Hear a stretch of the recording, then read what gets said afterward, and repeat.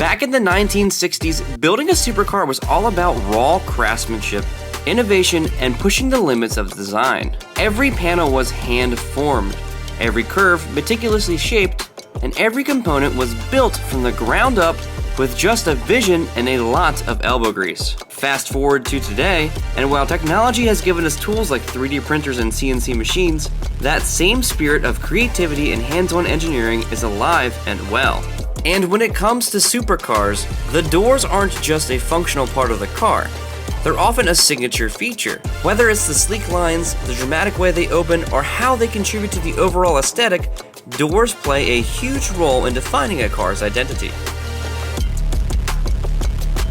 We are building a supercar body from scratch out of hand-shaped aluminum. The front is pretty much fleshed out, and we've begun doing the rear. However, we have a big gaping hole in the middle. In recent videos, we've done more tubing structure so we can begin working towards building the door. I made this floating piece right here, and that's the keystone that we needed to do the rest. We decided to use the original door structure because retaining the function and strength of this piece is going to save us a lot of work down the road. You'll notice that the OEM door structure does not fit within the parameters of our body. So our first step is to skin down the side of the car with aluminum, and then we will know what to do with the door structure.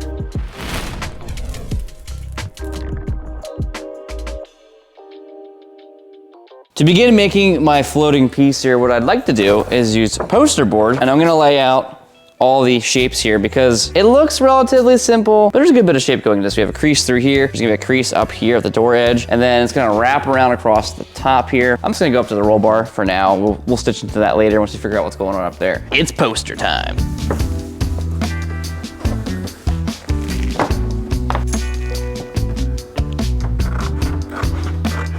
It may be really boring to do, but templating is one of the most important parts of metal shaping because it defines the piece that you're starting with, which means if you mess that up, you end up with way too much material, or even worse, not enough material. What I like to use is use a rigid material like poster board. Poster board cannot be shrunk or stretched. You can simulate shrink by folding edges, and then you can simulate stretch by pie cutting and then letting it spread, but it will not let you physically force it into place. Poster board translates very well to metal because metal cannot be shrunk or stretched without tooling or a lot of force. I'm gonna start out with poster board, laid out all nice and flat polygons here like it's an N64 game, and then we're gonna lay it out on metal and give it some shape. I set up the door on the driver's side because I want some kind of reference, but if I set it up on the passenger side where I'm working, it's going to get in the way. You stole my tape roll. I did, yes. I was like 30 seconds walking circles looking for my tape roll when he has it in his hands. It's probably on the video, you'll see him talking and me taking his tape roll. I'm going to lay a line here where the original door skin meets the glass, and then I'm going to take this piece of framework out of the way because I don't think we're going to retain that. All right, so I got this piece out of the way. I wanted to add another reference line that goes from this body feature line to the body feature line that Ryan has outlined here, and see if we were going to run into any problems inside the door if our door skin ended there. My thought was to have the door skin terminate at the top right in line with this feature, but that's going to put us pretty close to some of the mechanicals, which could create us some headaches down the road. Plus, I think it might be a nice design feature to do it like this, which will have this shape incorporated into the door and run it all the way up to the original top of the door skin. Did you take my scissors, Tony? No, I did not take your scissors. I have my tape roll on my arm now, so you can't take them, but. They're in your pocket.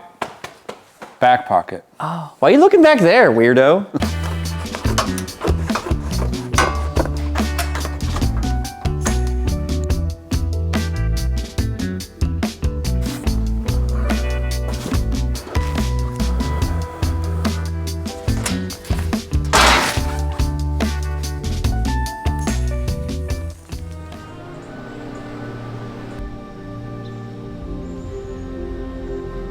This video has been paid for and sponsored by Factor. Factor takes the stress out of meal planning and sets you up for success. Skip the grocery stores, prep work, and cooking fatigue.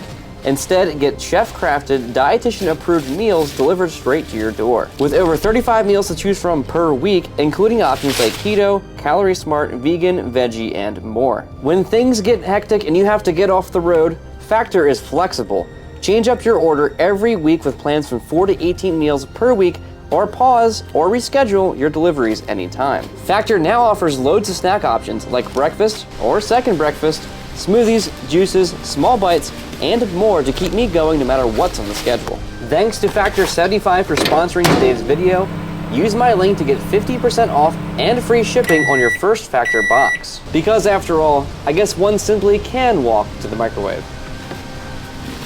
So this part of the B pillar right here doesn't have a lot of shape to it, so it lays very nicely. However, the segment back here where the hip is, it does not want to lay down flat because when I laid it, it had a lot of dimension to it. Like this is curved here instead of flat straight across. So I have to make a good guesstimate of what I'm going to start with. But what I do know, however, is that this piece is going to have a lot of shape in it. So I need to make sure I have enough material to shape from, but not so much that it becomes a hindrance. Because if you have too much material to remove, it becomes an issue. I'm thinking what I want to do though is I know this bottom edge, which is like if this is the top of the car, this is the bottom of the car's bottom edge, is relatively a straight line without any shape to it. So I think what I want to do is lay it down, get it a generalized line. So I'm gonna like kind of 50-50 it here, and I'm gonna follow that out, oversize a little here, and then oversize the top so I don't run too short, like that, and I should be okay because I'm like 50-50 now. If I go up too far that way, it overlaps that way. Go this way, it overlaps that way. If I have any issues, I will be okay on the bottom part because I had to make another panel that overlaps that anyway. I really want to make sure the back up here is going to reach where it needs to be. The other thing I know as well is that a lot of this shape is linear, meaning that it needs to go in this direction and that direction more than just like a circle. So if I stretch that linearly, it's actually going to stretch and extend the panel. So it's like that proverbial board stretcher, but for metal, and it actually works.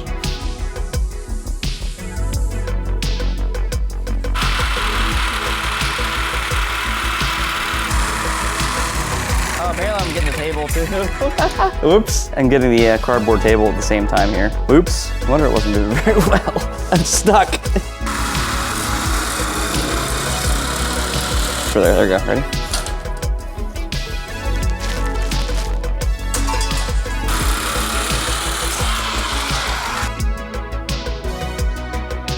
I've got my blank sheet to work off of now. There's three major parts to this panel. The first is this hip right here, which is the most obvious, most shape that needs to go into the panel. That's going to be tough. If it becomes too much of a problem, I'll just cut it off here, shape it separately, we'll weld it back on. Probably should do that in the first place, but I like to try to do things the hard way sometimes. The other two parts are, I have a little bit of a hump here, which curves with the door. There's a line that kind of creases in here that'll go away. It's like right here at the bend of the tube. That's the top edge of the door. So I gotta do a little bit of a hump here. And then the top up here is mostly just form of it getting pushed over to wrap around the top of the pillar here. So it'll have a little bit of shape to it, but for the most part, I can just bend that. So this will be the easiest part that I literally am just gonna mostly just go over my knee and get a little bit of curve into it and then refine later kind of thing. I can't even like test fit that or get started until I have down here figured out. So let's work on the hip first because that's the most in the way and also the hardest piece. I can like strangle it. Get my radius gauge. I'm gonna pull this panel off because it's kind of in my way. Looks nice, but it's not fully right yet, so I don't want to go off it entirely. That's 24.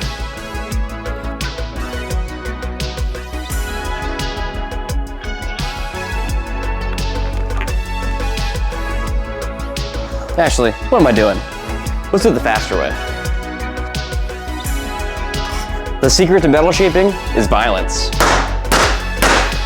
Sometimes when I'm working on a panel, it's kind of hard to make a decision which way to go with it. And you spend a lot of time just kind of looking at it and go, what's the good first step here? Well, because I think I'm biting off more than I can chew initially, which I do often when I shape metal, I think I can do this hip and this straight piece in one panel, which I think is kind of a dumb idea. But before I cut it apart, I do want to give it the good old college try. Because if I don't try, then I won't do. And if I don't do, then I won't keep growing. And then there's probably more insight past that, but I think I'd rather just hit this with a hammer, so.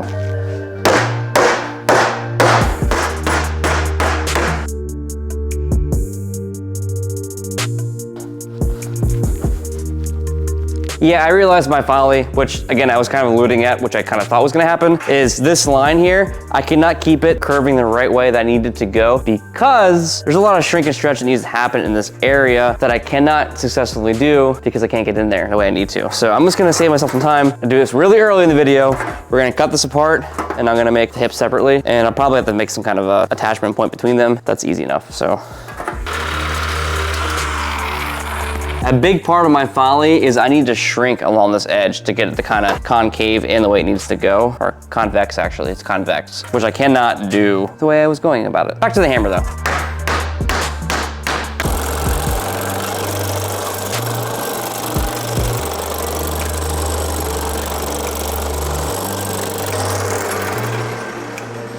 Even just that little bit of shrinking, you can notice now, it's already turning to a straight line instead of the curve it was. I have to go deeper though.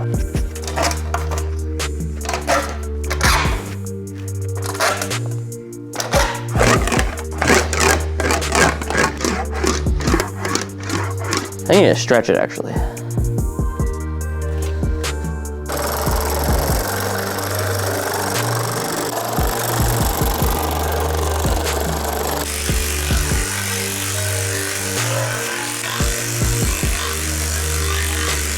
The door skin is going to connect the front and the rear body sections together, and the shape has to flow into each. Before I can get started on this, I have to take care of some things that Ryan and I have been talking about up here. We've been wanting to address this area. It doesn't flow into the base of the windshield like we would like, and that's mostly because our clay model didn't really give us this line to work from, and so we were a little off there. So now's the time to address that, and then we can work into the door skin. In order to be able to do that, I'm gonna have to cut some of this out. So I'm gonna move my Cleco from here to here. Easier said than done. Then I'm gonna cut this out, and then I'm gonna start some wireframing.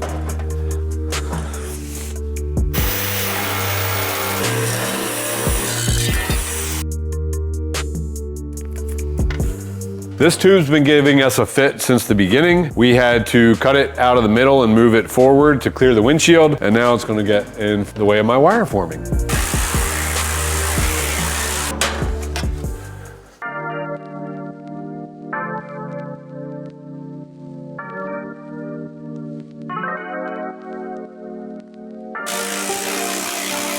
The panel's fitting a lot better, but this top edge where it rolls into the hip is like kind of crowning down a little bit. It's like dipping, so it goes like hump, hump. So I'm gonna use a linear stretch die right here to kind of just pick that up. Hopefully, it should work that way.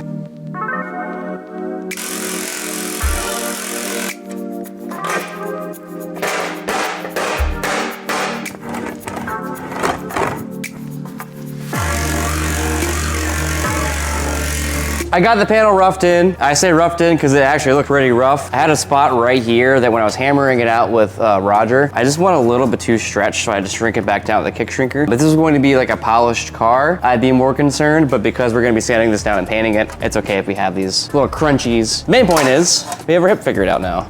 I did identify one spot I don't like with the tubing underneath, which is right here. I think it's just like, probably like a ½ an inch too far in for the way the hip flows. So I'm gonna adjust that tubing out to be in the flow of this, because otherwise this has to dip in really sharp, which doesn't really flow with the rest of the body. So that was an oversight on my part when I was putting the tubing on. So we'll have to fix that. Otherwise, she flows nice. I'm gonna clamp this up and we're gonna work on the sail panel piece. In the same vein as the panel dive I was just talking about earlier, this hip is a hip I made weeks ago before we even made the front, and I had a different vision in mind, I think, because it is way too aggressive. It looks like a bump on a log. However, it is metal. It can be shaped relatively simply. If I just do a bunch of stretch through here, it'll kind of let it relax and suck down in the way it needs to be. I might do that quickly before I jump to the sail panel, because this is gonna bother me. Stretch up through there.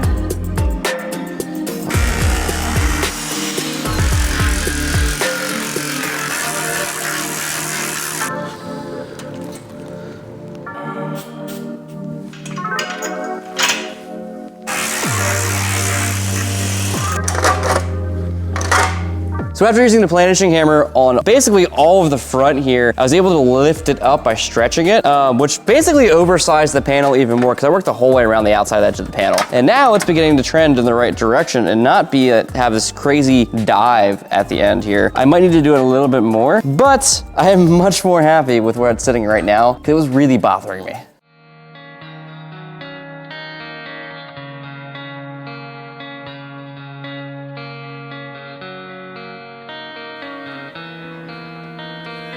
So Tony's got the door figured out a little bit more now. We're gonna have like a facet across the top, which runs into this sail panel right here. So I'm gonna have to kind of blend that into the panel, and it's gonna have like a slight angle to it now instead of it being like flat to the ground, which I think would be kind of cool. This panel looks simple, but it's gonna be a little complex because we're gonna have a hump here into this crease, and then it's gonna hump up to the top, and it's gonna have to curve the correct way. Right now it's not correct, I just eyeballed it to start. I think I'm going to start at the bottom and work my way up because this is located directly off of the hip, so I don't want this line to walk too low and then not have enough material. So we're gonna start at the bottom here. I'm gonna attempt to curve this the way it needs to go, and we'll go from there. Will it fit? Will it fit? Oh yeah, baby, it will. What I'm doing here is I'm trying to use the bead roller as like a brake of sorts, like a rolling brake. I'm using this rounded die on top, a flat die on the bottom, and I'm just pushing up on this panel out rolls and trying to keep it in a, well, I was gonna say a straight line, but I just kind of ruined that just now while I was talking. But I'm trying to keep it in a straight line to break it up to then blend after. This will be the beginning of our hump here. I think that I actually did that pretty right. Just gotta wrap it back down.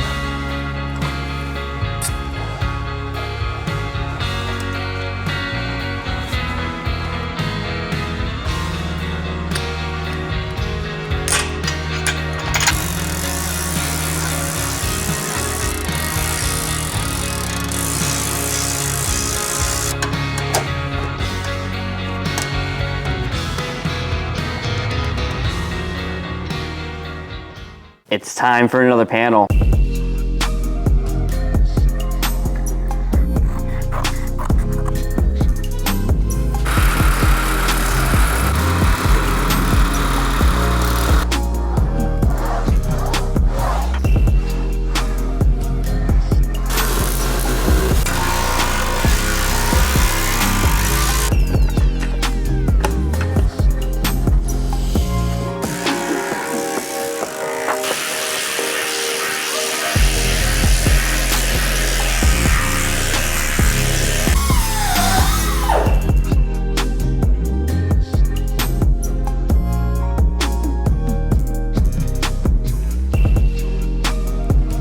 Originally, when I set up these tape lines and decided to add that little feature in here, this line angles from this little crease here up to there. And so I was just gonna put a little crease in there that connected the two, but I decided on a better idea. So we have a peak running along this fender here and a crease here. We're gonna run this peak into the door, and right about at this valley, it'll turn into the crease that runs back to here. And you'll be able to see also, we lowered the back end of this fender so that it just flows in the same curve all the way, runs into the crease at the base of the windshield, and that ties right into the top of the door.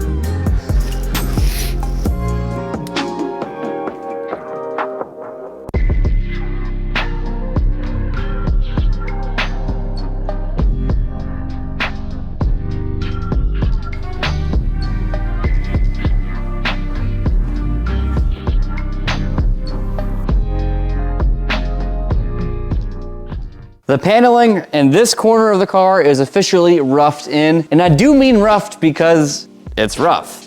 I just finished making this piece that runs up to the sail panel just to get a good idea of the direction we're headed. As you guys are aware, it's not indicative of the quality of the metal finish that's going to be on the end of the car. We're just getting the panels laid out. We're gonna go from there a little bit later, soon actually. But I think this hip is looking really cool, and in the scale of the whole car, it's gonna work out pretty nicely. Tony got the door shape figured out and it's wired currently. I really like the idea that you had of the line running down from the top of the fender here. So now this is ready for us to take a template off of and make a door skin out of aluminum. So that's coming up next. However, we're not there yet. We're not gonna have time this week to do that. But once we have that skin on there, we're going to be able to make all the structure and modify the OEM door structure itself to fit and have a functioning opening and closing door. There's a lot of steps between here and there, but we're gonna get there. We've seen your comments about the tops of the front fenders being a little bulbous or awkward or too thick. There's a couple things in that. Number one, it's not gonna stay like this. And number two, the panel that's on the wheel face is significantly overlapping the upper panel, which gives it the illusion of being taller than it actually is. We're gonna be addressing this very soon because this flows into the door, and as you can see back here, we actually had to cut off some of this fender to make room for the new design. Coming up next, you can look forward to more skin work on Project Jigsaw. We're gonna get the door figured out. We're gonna do some more skin work in the rear of the car. And we have a really big deal component showing up in the next week or two that we cannot wait to unveil.